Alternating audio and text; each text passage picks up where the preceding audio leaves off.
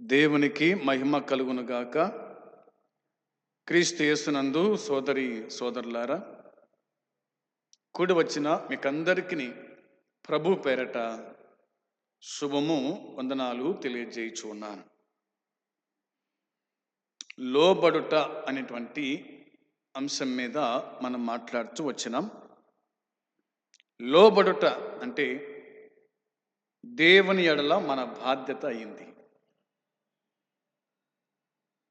భక్తులైన వాళ్ళు చాలామంది ప్రభువునకు లోబడిన వాళ్ళు ఉన్నారు, లోబడని వాళ్ళు కూడా ఉన్నారు. లోబడిన వారిని దేవుడు ఆశీర్వదించాడు, లోబడని వారిని దేవుడు శిక్షించినాడు. ఈ దినమందు లోబడుటకు కొన్ని ఆధారాలు, కొంతమంది వ్యక్తులను మనము చూడబోతున్నాం.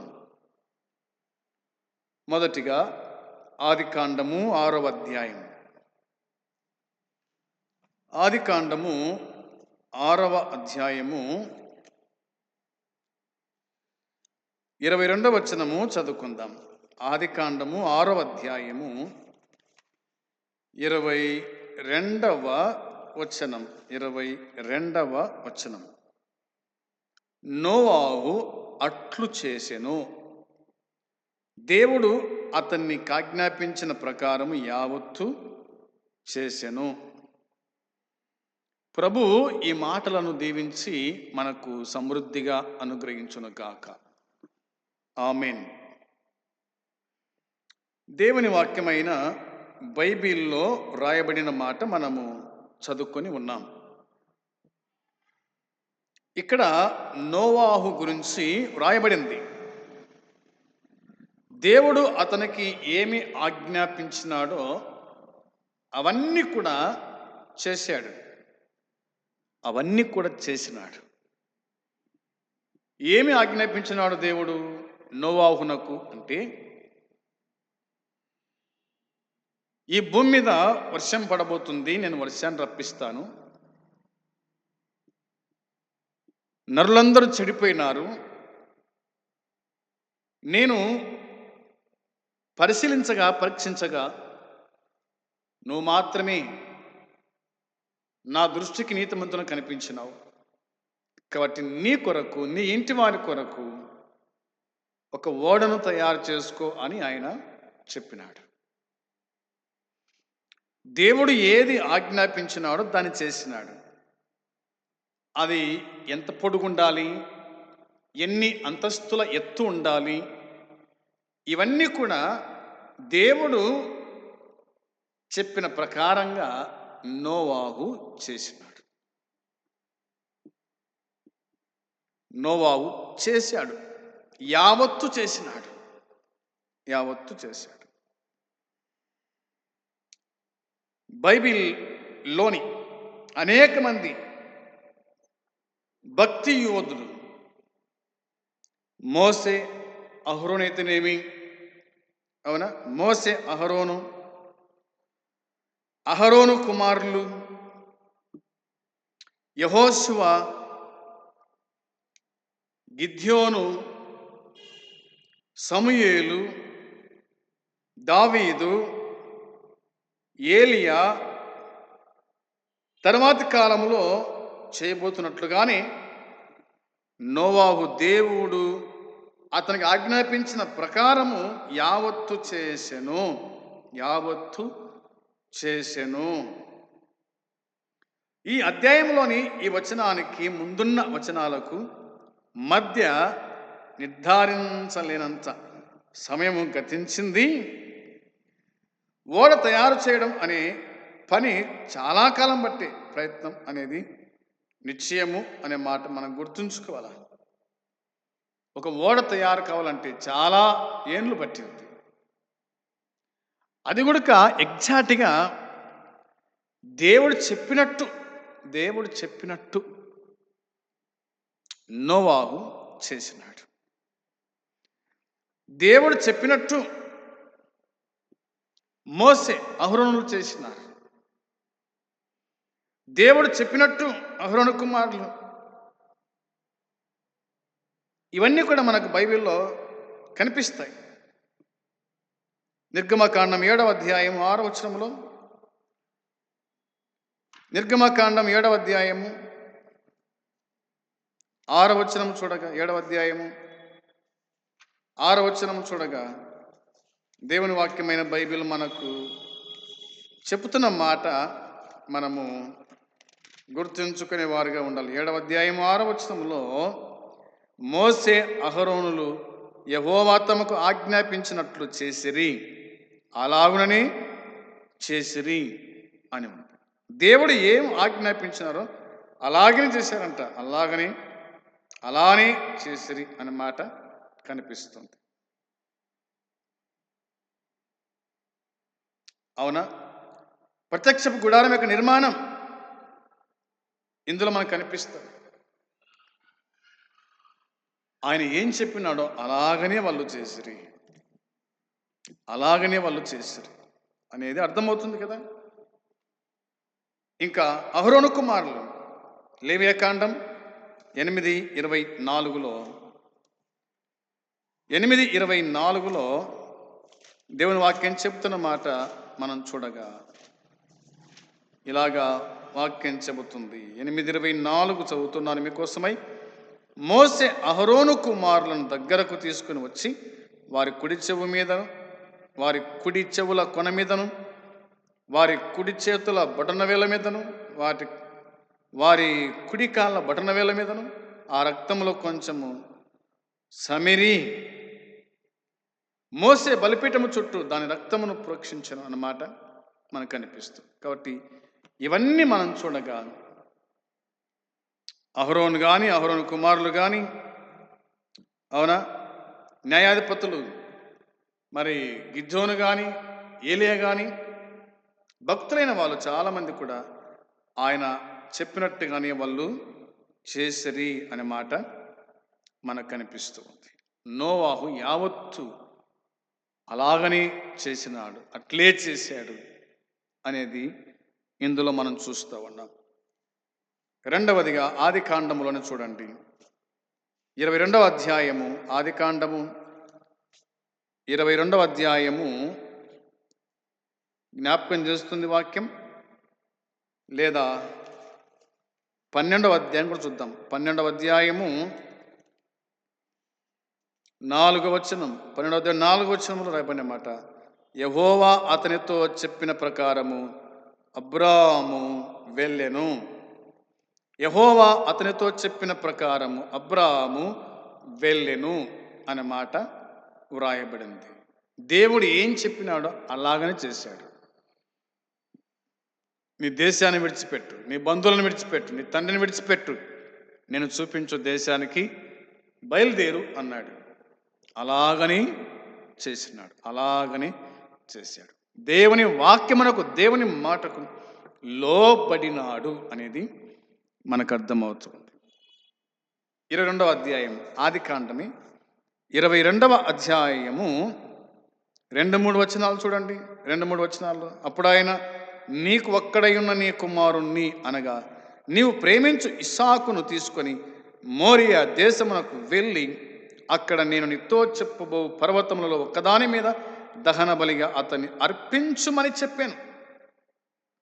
తెల్లవారినప్పుడు అబ్రాహాము లేచి తన గాడిద గంత కట్టి తన పనివారిలో 2 తన కుమారుడకు ఇస్సాకును వెంటబెట్టుకొని దహన బలి కొరకు కట్టెలు చీల్చి లేచి దేవుడు తనతో చెప్పిన చోటికి వెళ్ళెను. దేవుడు తనతో చెప్పిన చోటికి వెళ్ళినాడు. మొదటిగా దేశాన్ని విడిచిపెట్టు అన్నాడు. నీ తండ్రి ఇంటిని విడిచిపెట్టు అన్నాడు. బంధువులను విడిచిపెట్టేసి నా వెంటరా అన్నాడు. విన్నాడు. ఇప్పుడు అబ్రహాము యొక్క 100 ఏళ్ల వయసులో పుట్టిన కుమారుడు ఇస్సాకును బలివ్వమని అడుగుతున్నాడు. విన్నాడు, లోబడ్డాడు. కుమారుణ్ణి అర్పించమంటే ఏ తండ్రైనా ముందుకు వస్తాడా? కానీ అబ్రహాము ముందుకు వచ్చినాడు. దేవుడు చెప్పిన చోటికి వెళ్ళాను. కుమారుడైన ఇస్సాకును అర్పించటానికి అనేది మనకు అర్థమవుతుంది కదా. దేవుడు పరీక్ష పెట్టినప్పుడు ఆ పరీక్షలో గెలిచినాడు. దేవుడు పరీక్ష పెట్టినప్పుడు ఆ పరీక్షలో గెలిచాడు. ఓడిపోలేదు సుమా, ఓడిపోలేదు, గెలిచినాడు అనేది మనకు అర్థమవుతుంది. నేను అలా చెప్పుకుంటూ వెళ్తాను. ఇక నిర్గమకాండం 36వ అధ్యాయం 1లో బెసలేలు మనకు కనిపిస్తాడు. అవునా, బెసలేలు కనిపిస్తాడు. సంఖ్యాకాండం 9వ అధ్యాయం 23లో కూడా ఈ 2 అధ్యాయాల్లో బెసలేలు మనకు కనిపిస్తాడు. బెసలేలుకు దేవుడు చెప్పిన మాట ఆ ప్రకారం చేసినాడు, అంతే. ఆ ప్రకారము చేశాడు. ఒక మాట చదివి వినిపిస్తాను. సంఖ్యాకాండములోని మాట చూడండి బైబిల్లో. సంఖ్యాకాండము 9వ అధ్యాయము 23వ వచనం. సంఖ్యాకాండం 9వ అధ్యాయము 23వ వచనాన్ని మనం చూడగా, యెహోవా మాట చొప్పున వారు తమ గుడారములను వేసుకునిది, యెహోవా మాట చొప్పున వారు ప్రయాణము చేసిరి. మోసే ద్వారా యెహోవా చెప్పిన మాటను బట్టి యెహోవా ఆజ్ఞ అనుసరించి నడిచిరి. యెహోవా మాట చొప్పున వారు తమ గుడారములను వేసినారు. దేవుని మాట చొప్పున వారు ప్రయాణం చేసినారు. మోసే ద్వారా యెహోవా చెప్పిన మాటను బట్టి యెహోవా ఆజ్ఞను అనుసరించి నడిచినారు. ఎంత గొప్ప భాగ్యం! ఎక్కడ గుడారం ఏమన్నాడు అక్కడ గుడారం వేసినాడు. ఇక్కడ బాగలేదు అని అనలేదు. ఎక్కడ గుడారం ఏమన్నాడు అక్కడ గుడారం వేశారు. అవునా, మీరు లేచి ప్రయాణం చేయండి అంటే వాళ్ళు లేచి వాళ్ళు ప్రయాణం చేసినారు. ఆయనతో కూడా వాళ్ళు నడిచిరి. వీళ్ళు మనకు మాదిరి. అవునా, వీళ్ళు మనకు మాదిరి. ఆ ప్రకారము చేసిరి అని దేవుని వాక్యం మనకు తేటగా జ్ఞాపకం చేస్తూ ఉంది.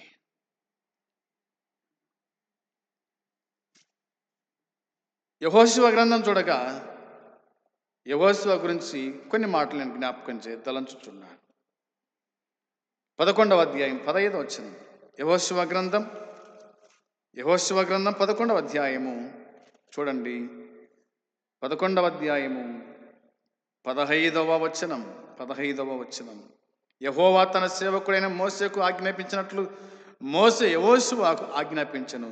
యెహోషువ అలాగే చేశాను. దేవుడు మోషేకు ఆజ్ఞాపించినాడు, మోషే చేశాడు. మోషే యెహోషువకు ఆజ్ఞాపించాడు, యెహోషువ అలాగనే చేశాను. అలాగనే చేసినాడంట. ఏమి ఆజ్ఞాపించినాడో అలాగనే చేసినాడు. అవునా, యెహోషువ అతని కాలంలోని ఇశ్రాయేలు దేవుని ఆజ్ఞకు ఎంత విధేయులుగా ఉన్నారో తెలియజేయడానికి వారి విశ్వాస్యత దేవుడు దేశాన్ని బహుమతిగా ఇవ్వడానికి కారణమైంది. ఒక దేశాన్ని బహుమతి ఇవ్వడానికి కారణం వారి యొక్క విధేయత. వారు లోబడినారు కాబట్టి అనేది మనకు అర్థమవుతుంది. ఇక హిజ్కియా రాజు గురించి రాయబడిన మాట జ్ఞాపకం చేసుకోవచ్చు కదా. రాజుల రెండవ గ్రంథము 18:6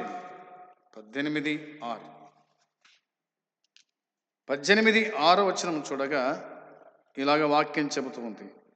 అతడు యెహోవాతో హత్తుకొని ఆయనను వెంబడించుటలో వెనక తీయక ఆయన మోషేకు ఆజ్ఞాపించిన ఆజ్ఞలన్నిటిని గైకొనుచూ ఉండెను. అవునా, ఆజ్ఞలను గైకొనుచు ఉండెను, ఆజ్ఞలను అనుసరిస్తూ ఉన్నాడు. హిజ్కియా దేవుని యొక్క ఆజ్ఞలను అనుసరించి నడిచినట్టుగా దేవుని వాక్యం మనకు గుర్తు చేస్తూ ఉంది. అలాగా నడుచుకోవాలా, అలాగా విధేయులం కావాలా, అప్పుడే కదా మనము వృద్ధి అయ్యేది. అలాగ లోబడకపోతే మనం వృద్ధి కాలేం అనేది దేవుని వాక్యం గుర్తు చేస్తూ ఉంది. ఆ తదుపరి లూకాసు వార్తలో ఇలాగ వాక్యం చెబుతున్న మాట. లూకాసు వార్త 2వ అధ్యాయము చూడండి, 39వ వచనం. లూకాసు వార్త 2వ అధ్యాయము 39వ వచనం మనం చదివినప్పుడు ఇలా వాక్యం చెబుతుంది. అంతట వారు ప్రభు ధర్మశాస్త్రము చొప్పున సమస్తము తీరిన పిమ్మట గల్లియలోని నజరేతను తమ ఊరికి తిరిగి వెళ్ళిరి అన్నమాట ఉంది. ప్రభు ధర్మశాస్త్రం చొప్పున సమస్తము తీరిన తర్వాత తీర్చిన పిమ్మట గలిలయలోని నజరేతను తమ ఊరికి తిరిగి వెళ్ళిరి అనే మాట మనకు కనిపిస్తుంది. అంటే వినండి, తూర్పు దేశపు జ్ఞానుల సందర్శన బాలునిగా ఉన్న మెస్సయ్యకు హేరోదు రాజు చంపడానికి ప్రయత్నించబోతున్నాడనే వార్తను తెలుసుకొని మరియా యోసేపులు యేసును ఐగుప్తుకు తీసుకెళ్లడం మొదలైన ప్రాముఖ్యమైన సంగతులు మత్తయి తన సువార్త గ్రంథములో వ్రాసినట్టుగా, లూకా కూడా రాసినట్టుగా దేవుని వాక్యం మనకు జ్ఞాపకం చేస్తుంది. వీళ్ళు దేవుని మాట విన్నారు, ఆ ప్రకారం జీవించారు అనేది మనకు వాక్యం తేటగా గుర్తు చేస్తూ ఉంది. తర్వాత పౌలు కూడా చూడండి, పౌలు కూడా అపోస్తల కార్యం 26:19 అపోస్తల కార్యము 26వ అధ్యాయము 19వ వచనం చూడగా వాక్యం ఇలా చెబుతుంది. కాబట్టి అగ్రిపరాజా, ఆకాశం నుండి కలిగిన ఆ దర్శనముకు నేను అవిధేయుడను కాక అన్నాడు. నేను అవిధేయుడను కాలేదు, నేను విధేయుడను అయినాను అని అగ్రిపరాజు కాడ సంగతి అంతా కూడా జ్ఞాపకం చేశాడు. నేను దేవుని మాట విన్నా, ఆ ప్రకారంగా జీవించిన, లోబడిన అని పౌలు భక్తుడు జ్ఞాపకం చేశాడు. ఇవన్నీ చాలా మనకు వివరిస్తే చాలా ఉన్నాయి అనేది మనకు అర్థమైన విషయమే కదా. అందును బట్టి నేను అవిధేయుడను కాక అనే మాటలు భయంకరమైన శ్రమలలో కూడా దేవుని పిలుపుకు పౌలు నమ్మకత్వం చూపాడని స్పష్టమై మరి శ్రేష్టమైనటువంటి మాటలు, సంగతులను జ్ఞాపకం చేసినట్టుగా దేవుని వాక్యమైన బైబిల్ మనకు గుర్తు చేస్తూ ఉంది. చివరిగా ఒక మాట చూద్దాం. ఎబ్రీ పత్రికలో క్రీస్తు గురించి రాయబడిన మాట మనం చూడగా, ఎబ్రీ పత్రిక 5వ అధ్యాయము 8వ వచనం. ఎబ్రీ పత్రిక 5వ అధ్యాయము 8వ వచనం రాయబడిన మాట, ఆయన కుమారుడై ఉండి తాను పొందిన శ్రమల వలన విధేయత నేర్చుకునేను అన్నమాట. ఆయన కుమారుడై ఉండి తాను పొందిన శ్రమల వలన విధేయతను నేర్చుకునేను. ఆయన కూడా విధేయత నేర్చుకున్నాడంట. విధేయత నేర్చుకున్నాడు, శ్రమలు పొందాడు. అవునా? ఆయన శ్రమల విధేయత నేర్చుకున్నాడు. అంటే ఆయన అంతకు మునుపు లేని విధేయతను కొత్తగా నేర్చుకుని అర్థము తీసుకోకూడదు. ఆయన మానవులను రక్షించే తన లక్ష్య సాధనంలో భాగంగా శ్రమలు అనుభవించడానికి వెనుదిరగక తండ్రి పట్ల విధేయతతో వాటిని ఇష్టపూర్వకంగా స్వీకరించినాడు అనేది మనకు అర్థమవుతుంది. అందును బట్టి ఈ వచ్చిన భాగాలన్నీ కూడా మనం పరిశీలన చేయగా, లోబడుట. అవునా?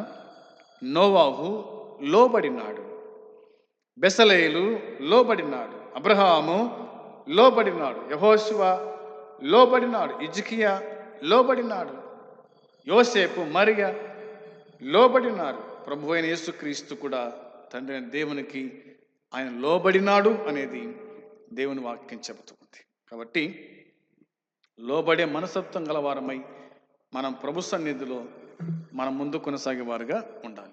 లోబడితేనే మనం వర్ధిల్లగలుగుతాం. లోబడితేనే దేవుడు మనల్ని ఆశీర్వదిస్తాడు. లోబడకపోతే మనం దేవుడు ఆశీర్వదించాడు, మనం వర్ధిల్లము అనే సంగతి గుర్తుంచుకొని ప్రభు రాకడ కోసమై జీవించుతాం. ప్రభు ఈ మాటలు దీవించును గాక. ఆమేన్. ప్రార్థన. తండ్రి, మీకు స్తోత్రం, స్తుతులు చెల్లించుకుంటున్నాం. చదువుకున్న ఈ లేఖన భాగం దీవించండి, ఆశీర్వదించండి. భక్తులైన వారు మీకు లోబడినట్టుగా మేము కూడా ప్రతి క్షణం లోబడుచు నీ చిత్తం జరిగించుచు నీ రాకడ సిద్ధపడే కృప దయచేసి కాపాడి సహాయపడమని మీకు అప్పగించుకుంటూ యేసుక్రీస్తు నామములో ప్రార్థించి అడిగి స్తుతించి వేడుకుంటున్నాము తండ్రి. ఆమేన్.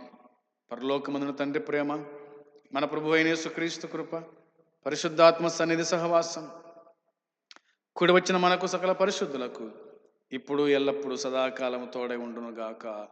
ఆమేన్. అందరికీ వందనాలు.